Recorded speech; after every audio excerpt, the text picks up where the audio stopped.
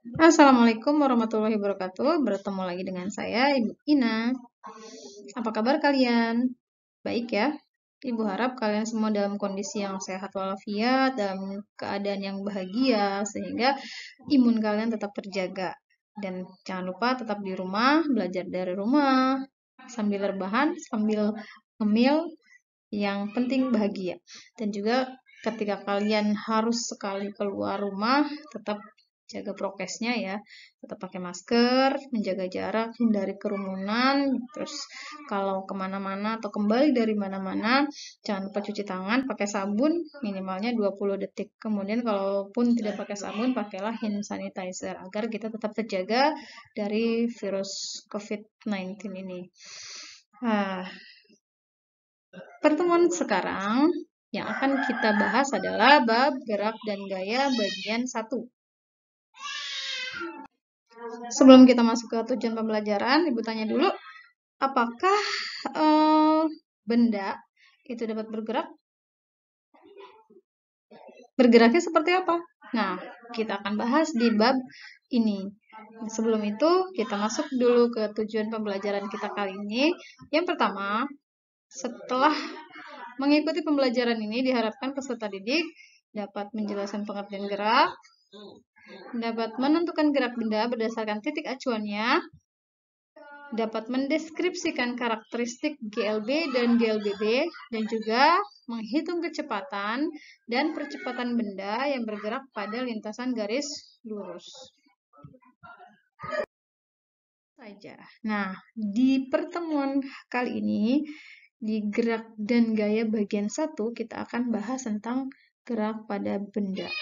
Pengertiannya gerak itu apa, lalu yang lebih ditekankan di pembahasan kali ini adalah gerak lurusnya, bukan gerak melingkar dan lain sebagainya.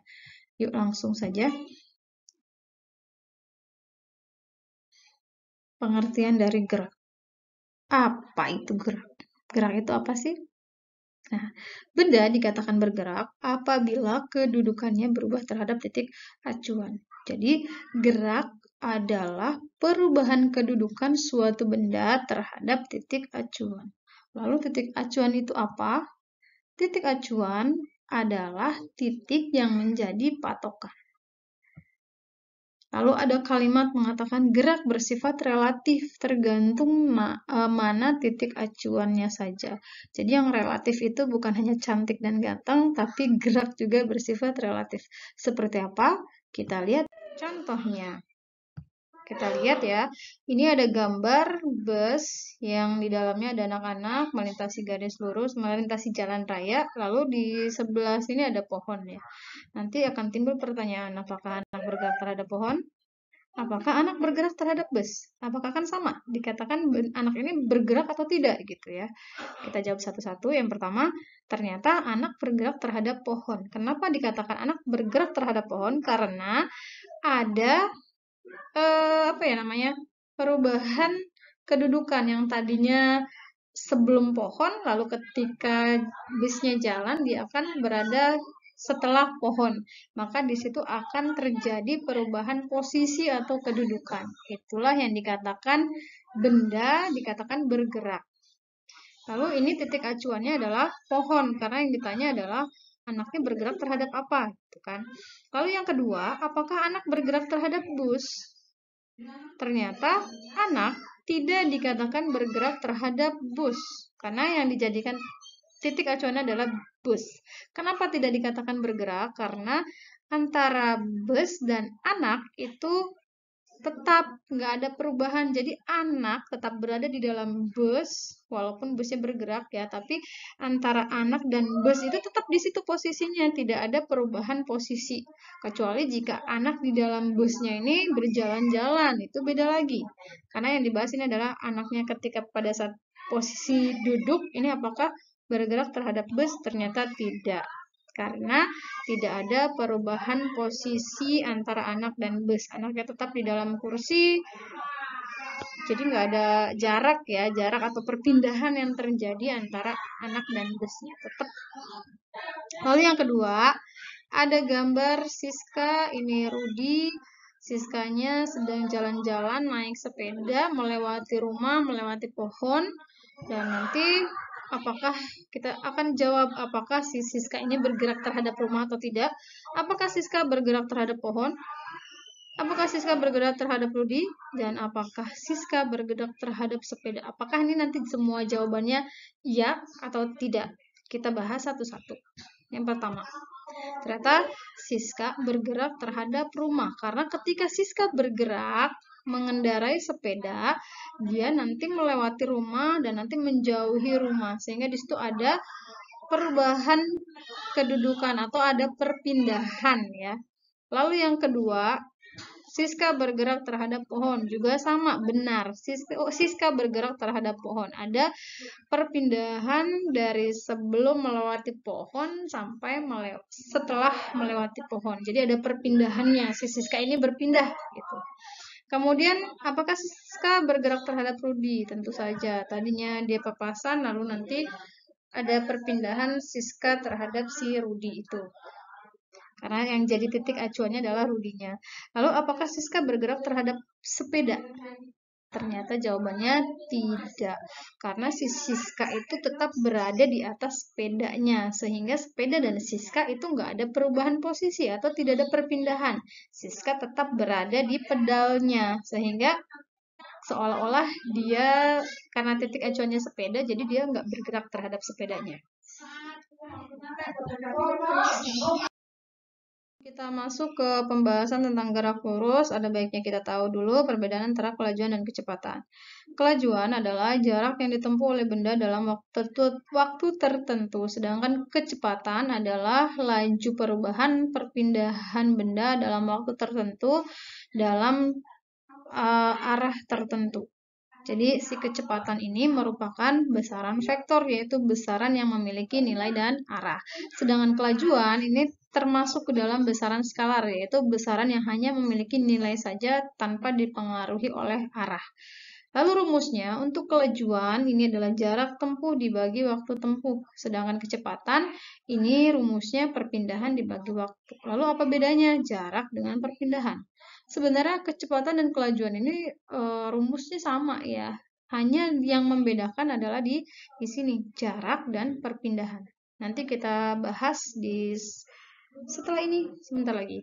Nah, untuk contohnya kelajuan ketika kita mengatakan bahwa kita mengemudi pada 80 km per jam, ini adalah kelajuan karena nggak ada kaitannya dengan misalnya ke arah mana gitu. Sedangkan kalau contoh kecepatan yaitu ketika kita mengatakan bahwa kita mengemudi pada kecepatan 80 km per jam menuju timur. Nah, ini akan menjadi kecepatan. Lalu apa bedanya jarak dan perpindahan? Kita lihat di gambar. Ini ada seseorang sedang mengendarai sepeda. Dimulai dari titik awalnya di sini. Lalu dia berjalan terus ke sini sejauh 100 meter. Kemudian kembali lagi. Berbelok 20 meter ke posisi yang sebelumnya ya. Misalnya kalau dari sini dari kiri ke kanan. Lalu dari kanan ke kiri. Sejauh 20 meter. Lalu kita lihat apa bedanya jarak dan perpindahan. Kalau jarak ini adalah jarak yang ditempuh dari titik awal sampai titik akhirnya. 100 meter ditambah 20 meter. Jadi jaraknya adalah 120 meter. Sedangkan kalau perpindahan, ini dilihat titik awalnya di mana, lalu titik akhirnya di mana. Nah, itu tinggal diukur berapa. Jadi kalau dalam dinotasikan itu tinggal 100 meter karena ini berlawanan arah jadi dikurangi 20 meter sehingga perpindahannya 80 meter. Walaupun orang tersebut melakukan perjalanan sejauh 120 meter, tapi dia dikatakan hanya melakukan perpindahan sejauh 80 meter. Karena kalau perpindahan itu yang dilihat adalah awal dan akhirnya saja. Jelas ya? Sekarang kita masuk ke gerak lurus. Gerak lurus adalah gerak yang lintasannya berupa garis lurus. Gerak lurus dikelompokkan menjadi dua macam, yaitu gerak lurus beraturan dan gerak lurus berubah beraturan. Lalu apa bedanya antara GLB dan GLBB? Kita bahas di sini. Kita lihat ya satu-satu. GLB yaitu gerak lurus beraturan. Cirinya yang pertama lintasannya berupa garis lurus dan juga kecepatannya konstan atau tetap. Jadi misalnya nantilah dibahas ya di bawah. Kita lihat gambarnya. Ini ada mobil. Dia menempuh jarak 10 meter dalam waktu 1 sekon. Lalu sekon berikutnya, ini dari 1 ke 2, berarti kan dia menempuh 1 sekon lagi. Sekon kedua, dia juga menempuh 10 meter. Sekon ketiga, dia menempuh juga 10 meter. Jadi kecepatannya konstan, tetap gitu. Jadi dalam jarak 30 meter, dia ditempuh dengan waktu 3 detik. Itu yang disebut dengan kecepatannya konstan. Lalu rumusnya ini ada 2 ya, ada kelajuan, ada kecepatan. Jadi kalau kelajuan tadi jika ini jarak tempuh pakainya ya, tanpa ada melihat arahnya kemana-kemana, ini pakainya kelajuan, jarak dibagi waktu. Sedangkan kalau kecepatan, ini perpindahan dibagi waktu. Bedanya itu aja sih sebenarnya sama, cuman kalau dilihat konteksnya ya, dia membahas arah atau tidak gitu. Tapi kalau dalam soal biasanya pakainya kelajuan sih, lebih banyak. Lalu GLBB.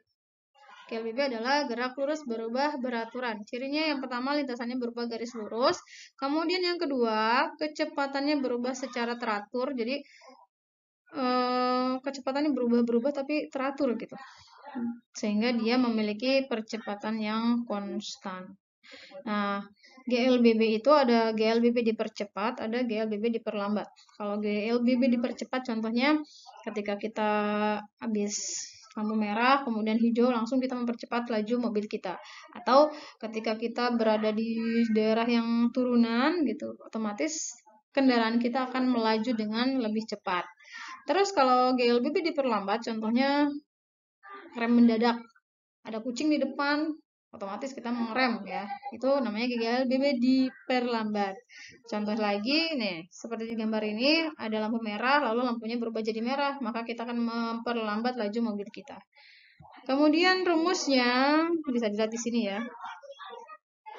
Maaf, ini agak berisik karena memang di sebelah rumah lagi berisik. Perubahan kelajuan dibagi perubahan waktu. V akhir dikurangi V awal dibagi perubahan waktu. Ini ada apa ya? Ini gambar ticker timer untuk GLB, GLBB diperlambat maupun dipercepat. Jadi untuk GLB karena dia kecepatannya konstan maka titik-titik-titik-titiknya kecepatannya sama waktunya tetap. Sedangkan untuk GLBB diperlambat ini awalnya cepat maka jaraknya itu awalnya jauh, semakin cepat, semakin padat. Ini GLBB diperlambat kalau diminta gambar ticker timernya. Kalau GLBB dipercepat, awalnya lambat, akhirnya cepat. Kemudian untuk grafiknya, silahkan dilihat ya. Ini grafik GLB dan GLBB. Kalau GLB ini antara kecepatan dan waktu, kan tadi kecepatannya konstan, waktunya tetap segitu, waktunya berubah, berjalan, kecepatannya konstan, jadi garisnya lurus. Jika grafiknya itu antara antara jarak dan waktu, maka ketika jaraknya segini, waktunya segini, nah terus seperti itu. Jadi garis begini. Sedangkan untuk GLBB di sini ada, ketutup ya ternyata. Coba kita lihat. Ini untuk grafik GLBB-nya ini dipercepat seperti ini. Sedangkan kalau diperlambat seperti ini. Kita lanjut. Contoh soal. Ya, 1. Roket SpaceX bergerak dengan kecepatan konstan 250 meter per sekon selama 5 sekon. Roket melakukan percepatan sebesar 50 meter per sekon kuadrat. Berapa kecepatan roket sekarang? Jawab. Nah, kita lihat. 250 meter per sekon ini adalah kecepatan awalnya. Lalu perubahan waktunya. Ini selama 5 sekon. sekon. Percepatannya 50 meter per sekon. Yang ditanya adalah V akhirnya. Berapa kecepatan roket sekarang? Jadi V akhirnya. Kita masukkan rumusnya A sama dengan VT dikurangi V0 dibagi delta T. 50 meter per sekon kuadrat sama dengan VT dikurangi 250. Ini 250 dari sini ya. Dibagi delta T-nya atau perubahan waktunya 5 sekon. Kan ini selama 5 sekon. Lalu kita lihat di sini 250 dari mana? 50 dikali 5. Ini 250 meter per sekon. Yang tadinya kuadrat sekonnya karena dikali dengan S maka jadi meter per sekon sama dengan VT dikurangi 250. Tetap di sini ya angkanya. Kemudian pindah VT-nya tetap. Ini 250-nya pindah ruas jadi yang tadinya min jadi plus. 250 ditambah 250. Jadi 500 meter per sekon. Sehingga kecepatan roket space akhirnya yang tadinya 250 dengan percepatan 50 meter per sekon kuadrat, maka kecepatannya menjadi 500 meter per sekon kuadrat. 500 meter per sekon. Lalu contoh yang kedua. Nah, ini contohnya lebih ke kehidupan sehari-hari sih ya. Kita lihat soalnya seperti apa. Yuda berangkat ke sekolah mengendarai sepeda motor dengan kecepatan 40 km per jam. Jarak rumah Yuda dan sekolah adalah 10 km. Pukul berapa Yuda harus berangkat dari rumah agar dia dapat tiba di sekolah pukul 6.50? Biar nggak terlambat datang ke sekolahnya. Ya, jawab. Diketahui. Nah, ini kecepatan 40 km per jam. Kemudian jarak rumah Yuda 10 km. S-nya sama dengan 10 km. Lalu yang ditanyakan, pukul berapa Yuda harus berangkat dari rumah agar tiba di sekolah pukul 6.50. Berarti sebelum itu kita harus mengetahui dulu T-nya terlebih dahulu. Jawab V sama dengan S dibagi T. Ini menggunakan rumus GLB. Lalu V-nya 40 dari sini. Kemudian S-nya 10 dari sini. Dibagi T. T-nya yang ditanya ya. Karena T-nya belum diketahui. T-nya ini nanti, nah ini tukar tempat ya. T-nya ke atas, 40-nya yang ke bawah. Jadinya T sama dengan 10 dibagi 40, yaitu sama dengan 1/4 jam. 1/4 jam itu sama dengan 15 menit. Nah, sudah diketahui harus berapa menit waktu yang dibutuhkan dari rumah ke sekolah. Ternyata 15 menit. Maka jika ingin tiba di sekolah pukul 6.50, maka Yuda harus berangkat pukul 6.35 menit. Kok bisa? 6.35 tambah 15 berapa? 6.50. Begitu ya. Itulah tadi pemaparan dari bab gerak dan gaya. Sebelum Ibu akhiri, Ibu simpulkan dulu ya, bahwa gerak adalah perubahan kedudukan atau perubahan posisi suatu benda terhadap titik acuannya. Gerak ini bersifat relatif, bisa dikatakan bergerak terhadap benda yang satu atau titik acuan yang satu, tapi juga bisa dikatakan tidak bergerak terhadap titik acuan yang lain, tergantung titik acuan yang dipakai yang mana. Kemudian yang kedua, perbedaan antara kelajuan dan kecepatan. Kalau kelajuan ini merupakan besaran skalar yang hanya memiliki nilai saja, sedangkan kalau kecepatan ini merupakan besaran vektor yang memiliki nilai dan arah. Contoh, Yuda melajukan kendaraannya 80 km per jam ke arah timur. Berarti itu menunjukkan kecepatannya. Tapi kalau nggak bahas arahnya kemana, itu berarti kelajuan. Lalu gerak lurus. Gerak lurus ini ada GLB dan ada GLBB. Perbedaan antara GLB dan GLBB, kalau GLB itu lintasannya garis lurus sama ya, tapi dia kecepatannya konstan. Misalnya 1 menit pertama 10 meter. 1 menit berikutnya 10 meter lagi, begitu seterusnya. Jadi konstan. Jalannya tuh sama semua. Jadi slow tapi sama semua. Tapi kalau GLBB itu lintasannya berubah garis lurus, kecepatannya berubah secara teratur. Misalnya menit pertama ini hanya 5 meter, menit kedua 10 meter, menit ketiga 15 meter. Nah, kecepatannya itu berubah tapi teratur gitu sehingga memiliki percepatan yang konstan. Itulah tadi kesimpulan yang bisa kita ambil dari bab 1, bab gerak dan gaya bagian 1. Semoga video ini membantu kalian dalam pembelajaran daring ya. Nanti untuk penugasannya Ibu kirim LKPD-nya lewat WA grup kalian ya. Itu saja. Adapun kalau misalnya ada yang kurang jelas atau ingin ditanyakan, silakan hubungi Ibu, baik melalui WA Group maupun Japri ya. Itu saja. Terima kasih. Wassalamualaikum warahmatullahi wabarakatuh.